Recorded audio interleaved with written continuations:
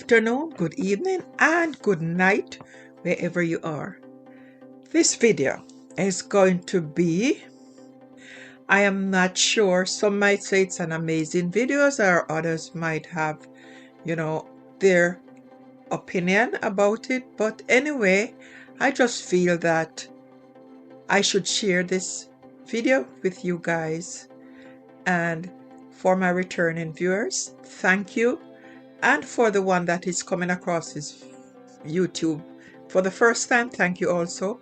Thank you so much, my amazing viewers. I don't take you guys for granted. And if this is the first time you're coming across this amazing YouTube channel, family, consider subscribing. What are you waiting for? I do reaction videos whereby I analyze and even criticize, and also get criticized also, but that's okay. This is what I'm here for. Remember that we are here to be respectful, though. We don't come here to fight, but we want you to share your opinion on the videos that are brought on this YouTube platform. So guys, I will really appreciate it if you will bring your opinions on what I'm going to share with you today. Now,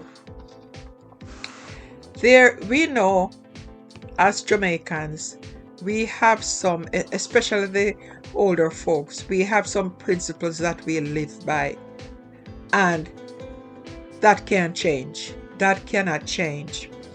But on here, I don't want to be biased. I know how I personally feel about it, but because it's news and it's newsworthy, I'm going to put it out here. The social stigma continues to push young women towards seeking abortion pills instead of traditional health care. And this is a situation reminiscent of the Roe v. Wade era in America.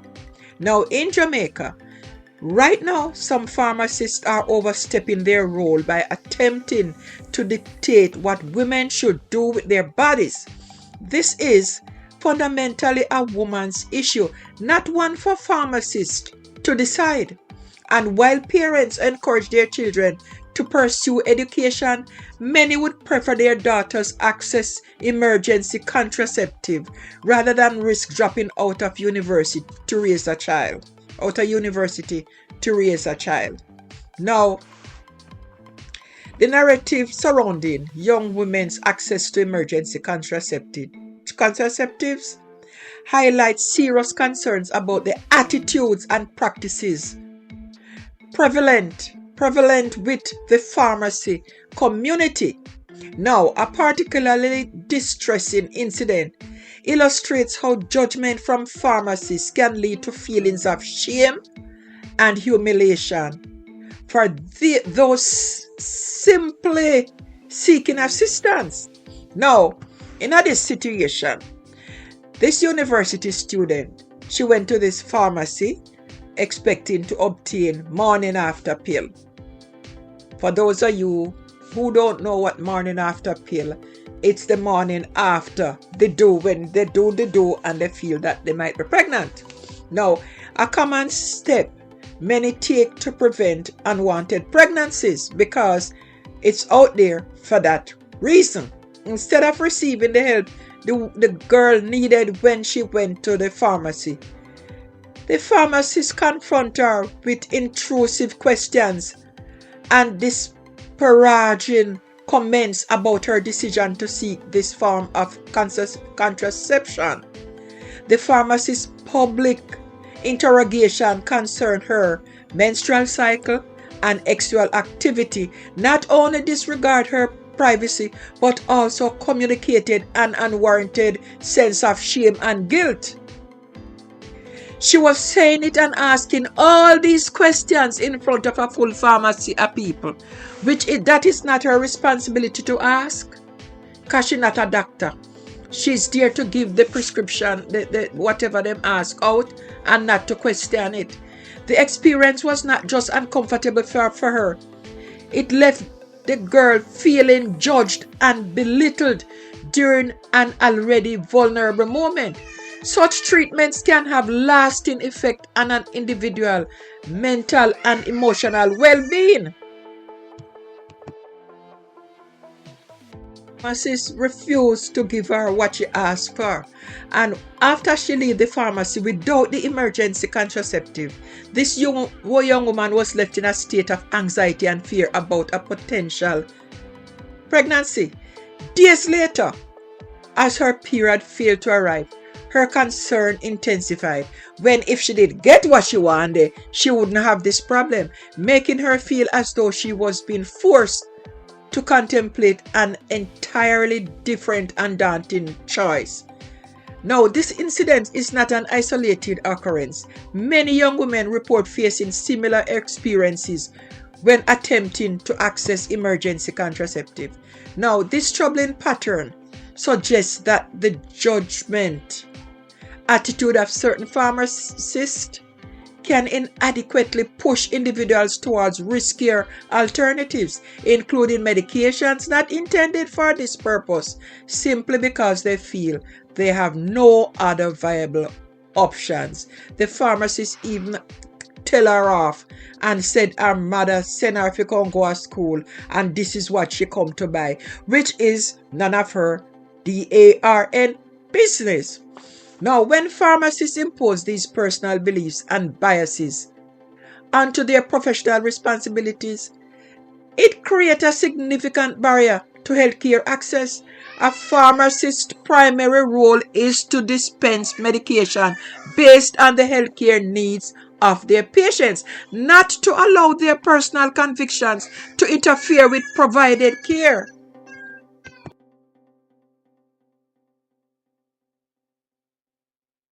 Registered pharmacist is trained to prioritize patient care and entice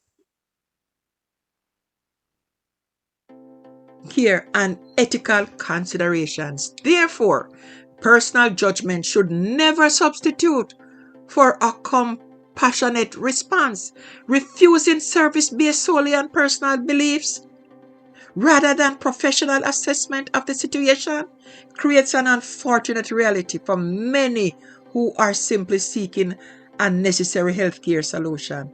Across the pharmacy landscape, it is essential for practitioners to understand the weight of their actions and words.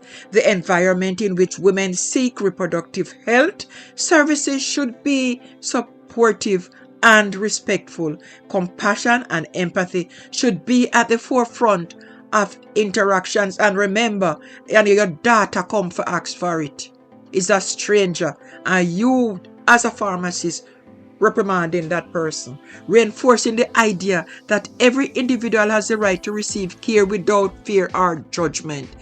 This calls for an urgent reevaluation of training programs with pharmacists that emphasize ethics, patients, privacy, and the importance of non-judgmental approach. One cannot overlook the broader implication of these practices when access to emergency contraceptive is viewed through a lens of shame. It can deter individuals from seeking necessary care altogether. The effectiveness of these services diminishes when individuals feel stigmatized or judged by those meant to help them. It is imperative for the pharmacy community to advocate for a more understanding and supportive environment. Moreover, addressing these issues requires collaboration among healthcare professionals, policymakers, and educators to create a system that prioritizes reproductive health access. Period.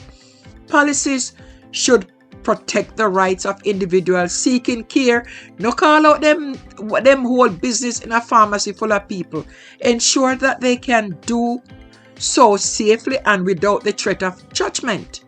Ensuring that pharmacists receive ongoing training in compassion, communications, and ethical responsibility is another step that can mitigate these troubling encounters.